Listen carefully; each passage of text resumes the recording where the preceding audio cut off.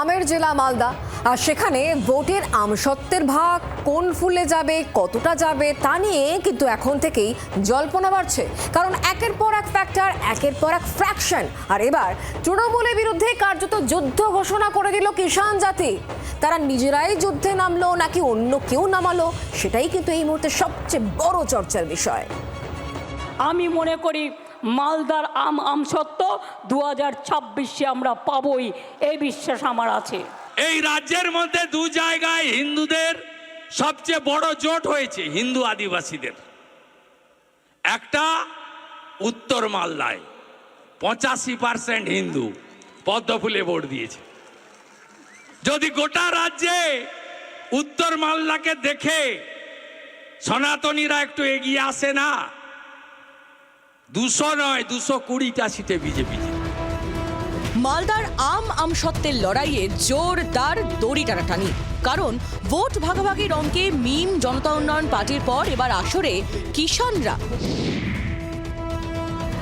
ঠিক ভোটের মুখে দাবি দেওয়া আদায়ে হঠাৎ করে কোমর বাঁধছে কিষাণ জাতি। এসটি সার্টিফিকেট না মেলায় তৃণমূলের সঙ্গে সরাসরি যুদ্ধ ঘোষণা করে দিলেন সংগঠনের প্রতিনিধিরা। আমাদের সার্টিফিকেট বন্ধ করে দেওয়া হয়েছে, তার ফলে আমরা কিষাণ জনজাতির মানুষ এসটি সার্টিফিকেট ন্যায্য দাবির আমরা আন্দোলন করে আসছি, কিন্তু এখনো পর্যন্ত রাজ্য সরকার আমাদেরকে এসটি সার্টিফিকেটটা করে দেওয়ার ব্যবস্থা করে দেয়নি।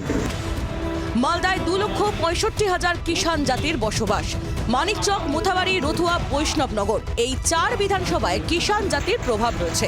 কিন্তু এই শক্তি নিয়ে কিভাবে তৃণমূলকে হারানোর স্বপ্ন দেখছে কিষাণ জাতি?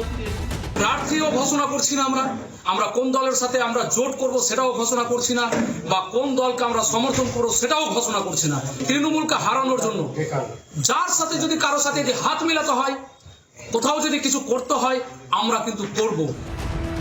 এই কিছুটা কি হঠাৎ করে এই ভোটের মুখে তেড়ে ফেরে উঠলো কেন এই সংগঠন? পিছনে কারোর মদত? তৃণমূল কি কিছু আঁচ করতে পারছে? কিষাণ জাতিরা শিডিউল্ড ট্রাইবের সার্টিফিকেট চাইছে। শিডিউল্ড ট্রাইবের সার্টিফিকেট দেওয়ার ক্ষমতা রাজ্যের নেই, এটা কেন্দ্র সরকার দেয়। আমাদের বিজেপির তো অনেক নেতা আছে মালদাতে, এমপি আছে, এমএলএ আছে, রাজ্যে আছে, দিল্লিতে তারা লড়ছে না কেন? এটা আমি তো বলবো যারা বলছেন তারা বিজেপির এজেন্ট।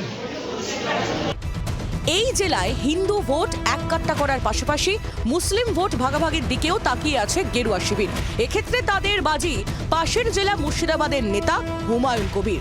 এর পাশাপাশি রয়েছে হায়দ্রাবাদের সাংসদ আসাউদ্দিন ওয়াসির দল মিম, যারা রাজ্যে রাজ্যে বিজেপির বি টিম হিসেবে কাজ করে বলে কংগ্রেস, তৃণমূল সহ একাধিক দলের দীর্ঘদিনের অভিযোগ। তার উপর সদ্য তৃণমূল ছেড়ে পুরনো দল কংগ্রেসে ফিরেছেন মৌসম বেনজির নূর।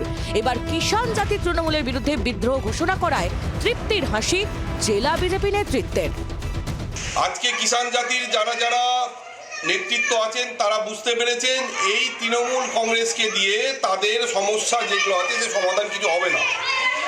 তাই তারা এখন বিজেপির দিকে বলছেন আমরা সমর্থন জানাবো, আমরা ওয়েলকাম জানাচ্ছি, স্বাগত জানাচ্ছি।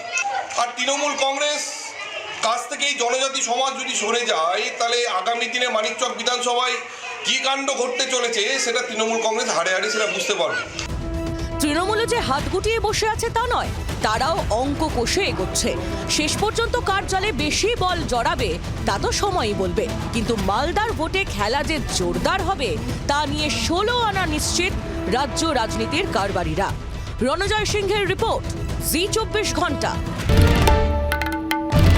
বাংলার আওয়াজ, বাঙালির আবেগ, জি 24 ঘন্টা।